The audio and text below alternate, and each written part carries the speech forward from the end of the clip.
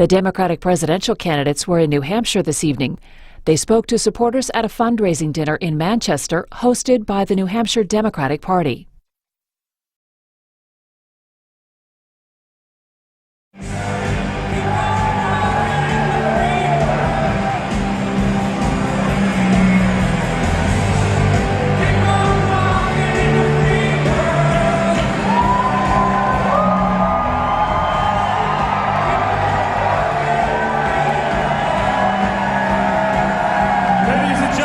The Senator from Vermont, Bernie Sanders.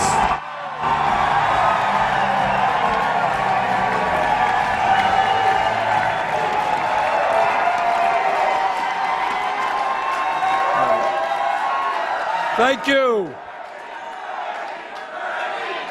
Thank you.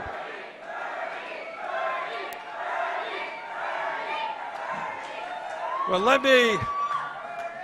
me begin by thanking Ray Buckley and the New Hampshire Democratic Party for all of the great work that they are doing. And let me thank all of you who are here tonight for what you do. Every person in this room, regardless of who they are supporting for the Democratic nomination, is doing what is patriotic for our country. You are standing up and being involved in the political process. So thank you all. As many of you know, in the last number of months, I have had the privilege of traveling throughout our great country and meeting many, many thousands of Americans. And this is what I have learned. I have learned that from coast to coast, the American people are crying out for change, for real change. They are tired of the same old establishment politics, establishment economics, and establishment foreign policy. They want this country to move in a new direction.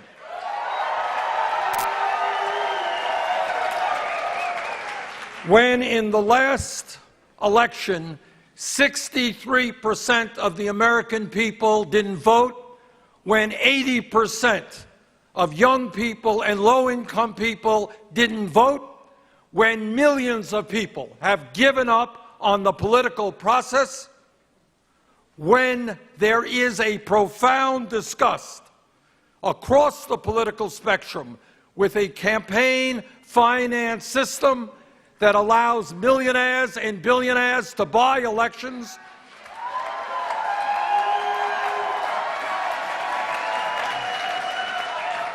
through their super PACs, now is not the time for establishment politics. Now is the time for a political revolution.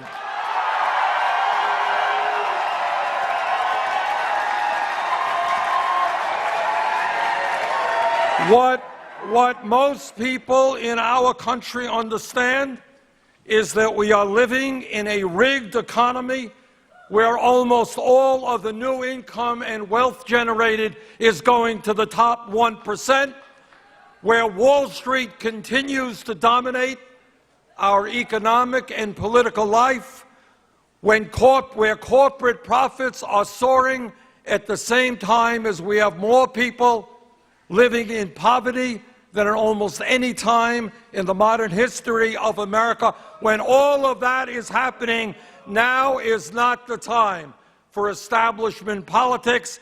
Now is the time for a political revolution.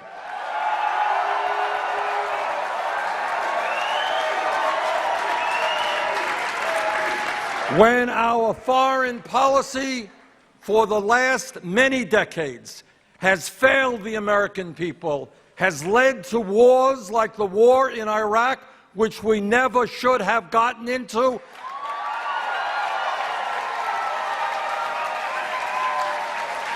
Now is not the time for more establishment foreign policy.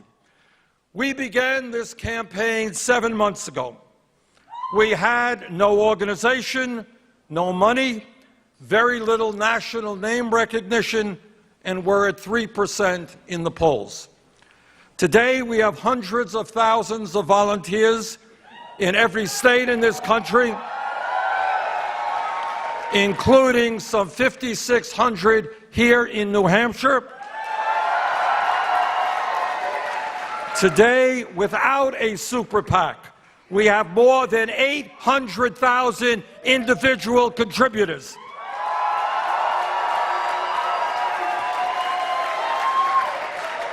And today, with your help, we can pull off one of the great political upsets in the history of our country.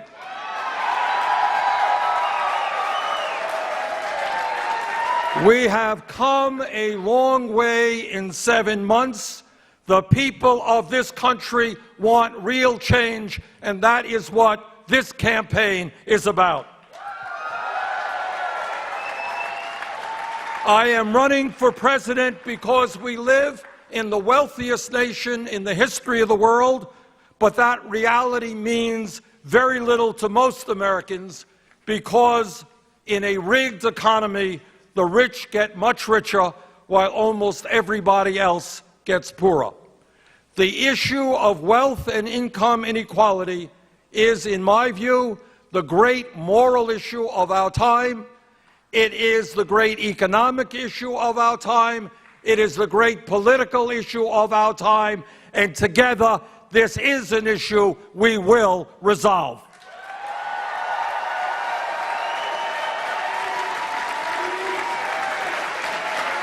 I am running for president.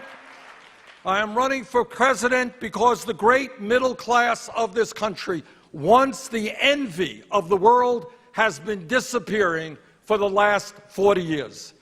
Today, husbands and wives, single moms, and even grandparents are working longer hours for lower wages, and we have the highest rate of childhood poverty of almost any major country on earth. I am running for president because we need an economy that works for working families, not just millionaires and billionaires.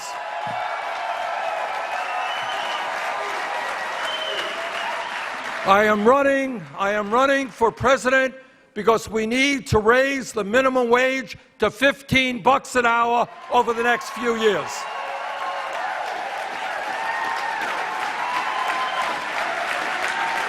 We need pay equity for women workers. We need to pass the Paid Family and Medical Leave Act now in Congress. Paying $1.38 a week more is a good investment for families throughout this country who will receive 12 weeks of guaranteed paid family and medical leave.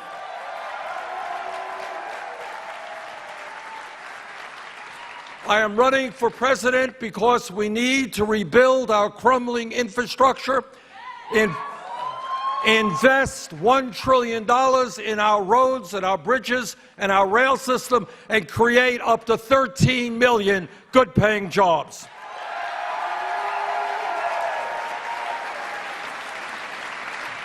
I am running for president because when youth unemployment and underemployment is at 30, 40, 50%, 51% for African American kids, we need to invest in jobs and education, not more jails and incarceration.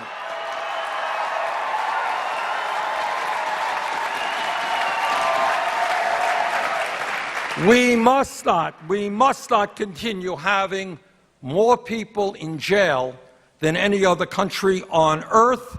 We need major reforms in a very broken criminal justice system. We need to stop the killing of unarmed African Americans by the police.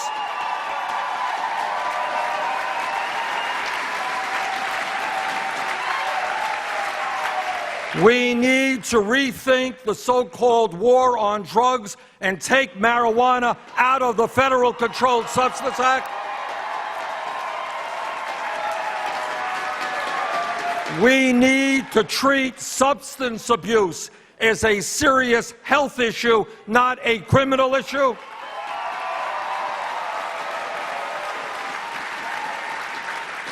We need to understand that in New Hampshire and Vermont and across this country, we have a major crisis in opiate addiction, and we need a revolution in mental health treatment so that all people, regardless of their income, can get the help they need.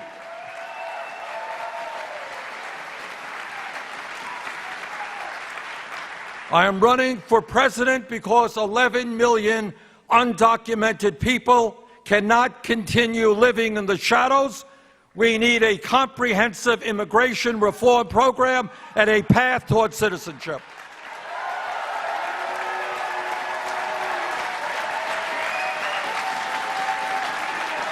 I am running for president because we must loudly and clearly tell the Republicans, no, we are not going to cut Social Security.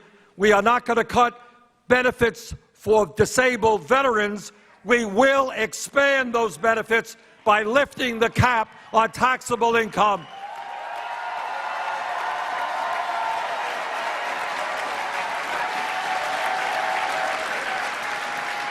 And by developing a new formulation to determine cost of living adjustments for Social Security. I am running for president because it is time that Wall Street, corporate America, and the billionaire class understand that they cannot have it all, that they are going to start paying their fair share of taxes.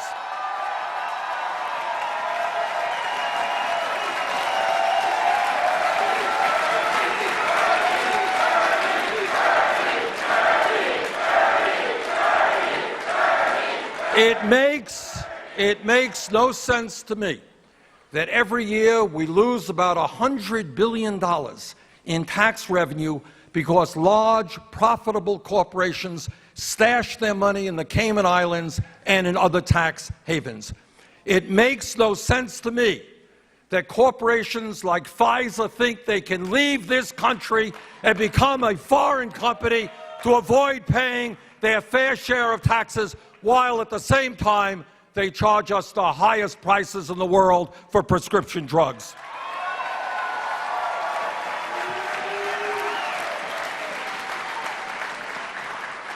I am running for president because in a highly competitive global economy, we need to make certain that all of our young people who have the ability and the qualifications are able to get a college degree regardless of the income of their families.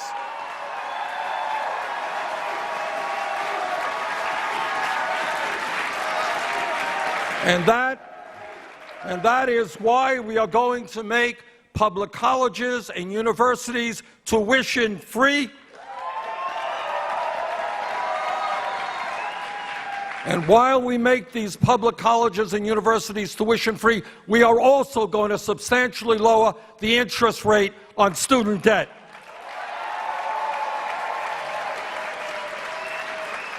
And you know how we're going to pay for it?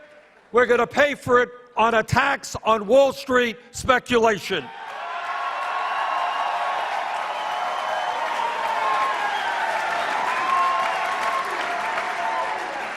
I am running for president because, as a result of the disastrous Supreme Court decision in the Citizens United case, the American political system has become totally corrupted, and the foundations of American democracy are being undermined.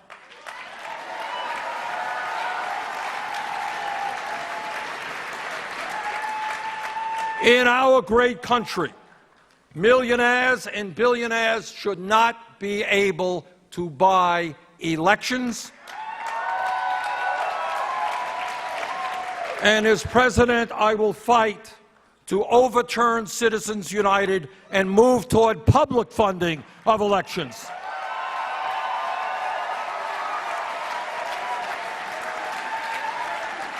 And together we are going to end the voter suppression imposed by many Republican governors all over this country. In America, we should have one of the highest voter turnout rates of any country on earth, not one of the lowest. I am running for president because in these difficult times, against vitriolic Republican rhetoric, we must protect a woman's right to choose.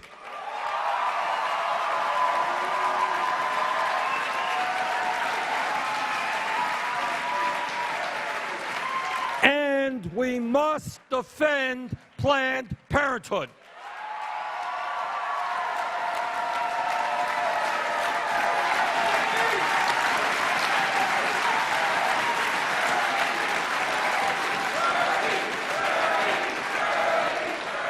And I know that I speak for every person in this room when we send our condolences to the families of those who were killed in Friday's attack at Planned Parenthood in Colorado. We must also fight to make certain that our gay brothers and sisters continue to have the right to marry.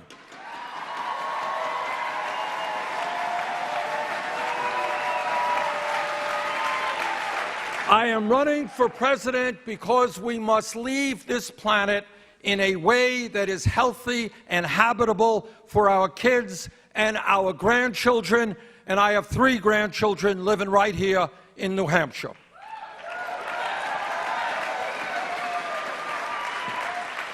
Despite what many of my Republican colleagues think, climate change is real, it is caused by human activity, and it is already causing devastating problems in our country and throughout this earth.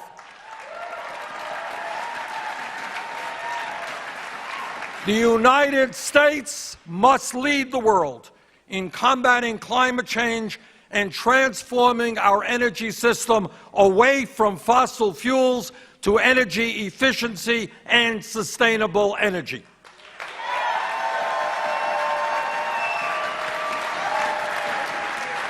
Republicans must start worrying about the planet that they will leave to their kids and their grandchildren and worry less about the campaign contributions they may lose from the Koch brothers and the fossil fuel industry.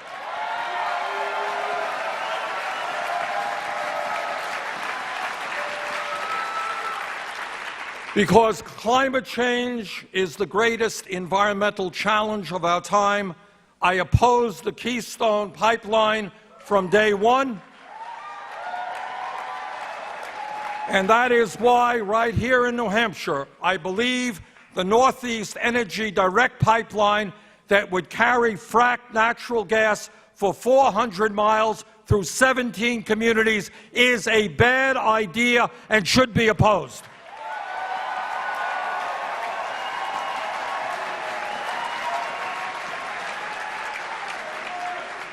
As everyone knows, we live in a difficult and dangerous world, and there are people out there who want to do us harm. As president, I will defend this country, but I will do it responsibly. We do not need a quote-unquote tough foreign policy. We need a smart foreign policy.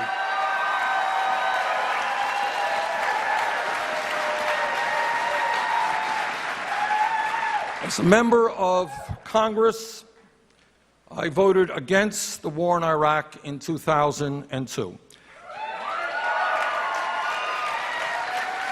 And I will never forget that moment, because when you're dealing with votes that send young men and women into harm's way, those are votes you don't forget. And I listened during that period very carefully to what President Bush and Vice President Cheney and the others in the Bush administration were saying. Listen very carefully. And I didn't believe a word of it.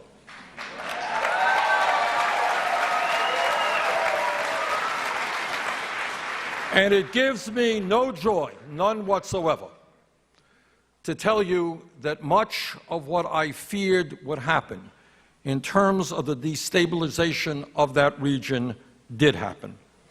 Now, today, we are confronted with a barbaric organization called ISIS, an organization which, in my view, must be destroyed. But I hope that we have learned some of the very painful lessons of the past. And that is, we cannot and should not attempt to do it alone.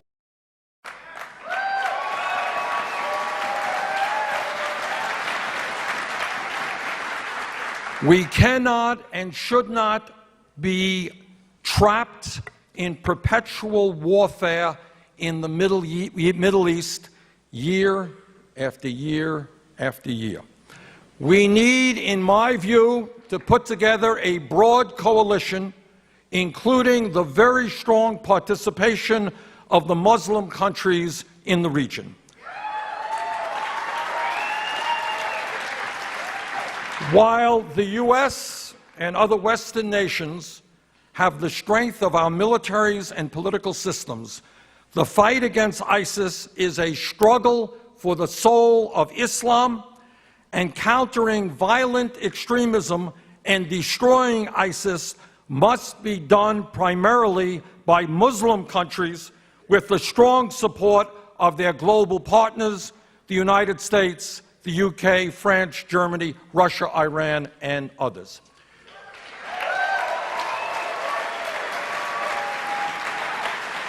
Now, interestingly, these same sentiments have been echoed by many in the Gulf region. Jordan's King Abdullah II said in a recent speech that terrorism is, quote, the greatest threat to our region, end quote, and that Muslims must lead the fight against it.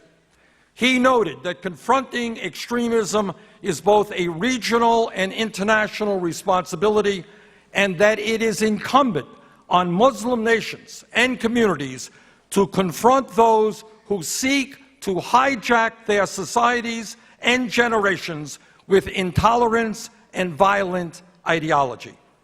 And let me congratulate King Abdullah not only for his wise remarks, but also for the role that his small country is playing in attempting to address the horrific refugee crisis in the region.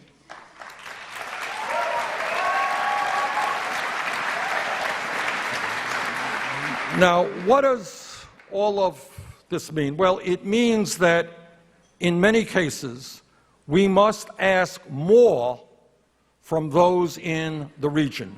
While Jordan and Turkey and Egypt and Lebanon have accepted their responsibilities for taking in Syrian refugees, other countries in the region have done little or nothing. Equally important, and this is a point that must be made, it is a contentious point, and perhaps not everybody agrees with me. But in my view, countries in the region like Saudi Arabia, Kuwait, Qatar, the UAE, countries of enormous wealth and resources, have contributed far too little in the fight against ISIS.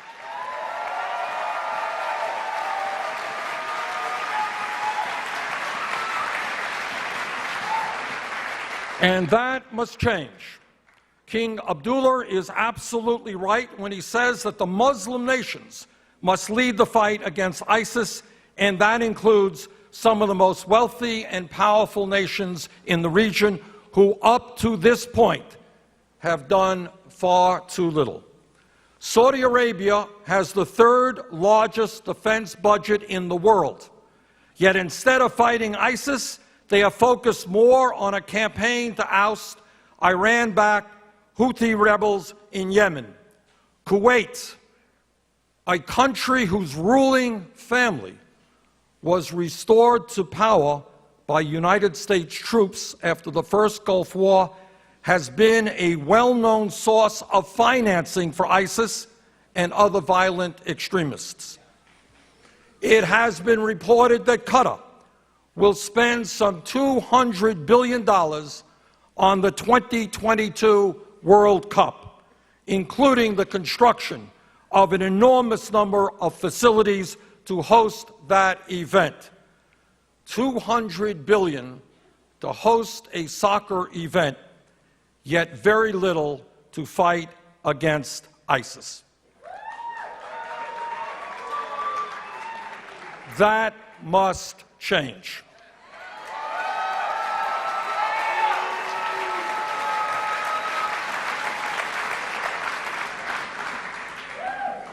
Wealthy and powerful Muslim nations in the region can no longer sit on the sidelines and expect the United States to do all of their work for them. As we develop a strongly coordinated effort, we need a commitment from these countries that the fight against ISIS takes precedence over the religious and ideological differences that hamper the kind of cooperation that we desperately need. Let me conclude my remarks by saying this. First, again, thank you to every person in this room for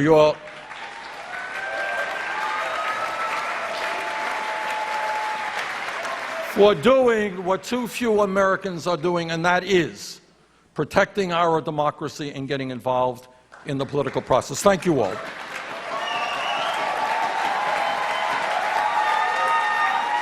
But let me also say this. Let me give you an important, a political reality that I think all of you understand.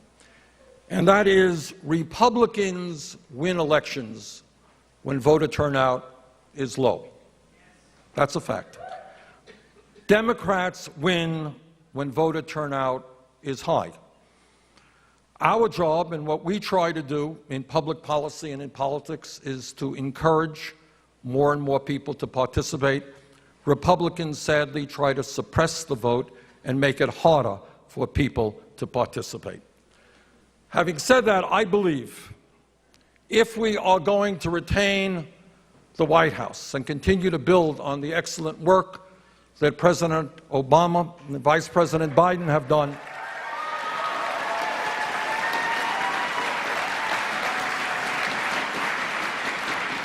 I believe that from the bottom of my heart, if we are going to succeed in doing that, if we are going to succeed in regaining the Senate, doing well in the House, winning governor's seats all over America, we need to have a campaign which is striking a nerve with working people, with young people, and with many of our citizens who have turned their backs on the political process.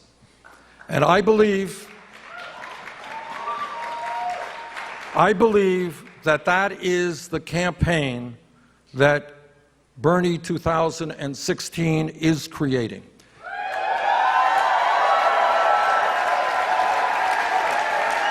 When I go to events all over this country and I see 5, 10, 20,000 people coming out, many of them people who have never gone to a political meeting in their lives, I see a future not just for my candidacy, but for the Democratic Party. When I see hundreds of thousands of people, again, many of whom have never been to a political meeting in their lives, sign up and want to get involved in the Bernie 2016 campaign, I see hope for the future of this country.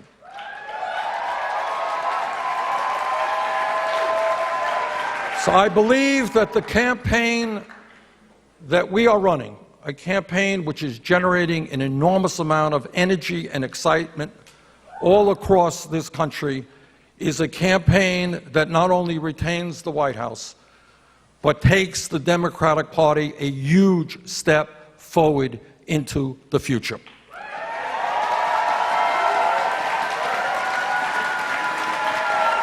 We are running a campaign which calls for real change in America. We are running a campaign which calls for a political revolution. And tonight, I ask all of you to join in that revolution. Thank you very much.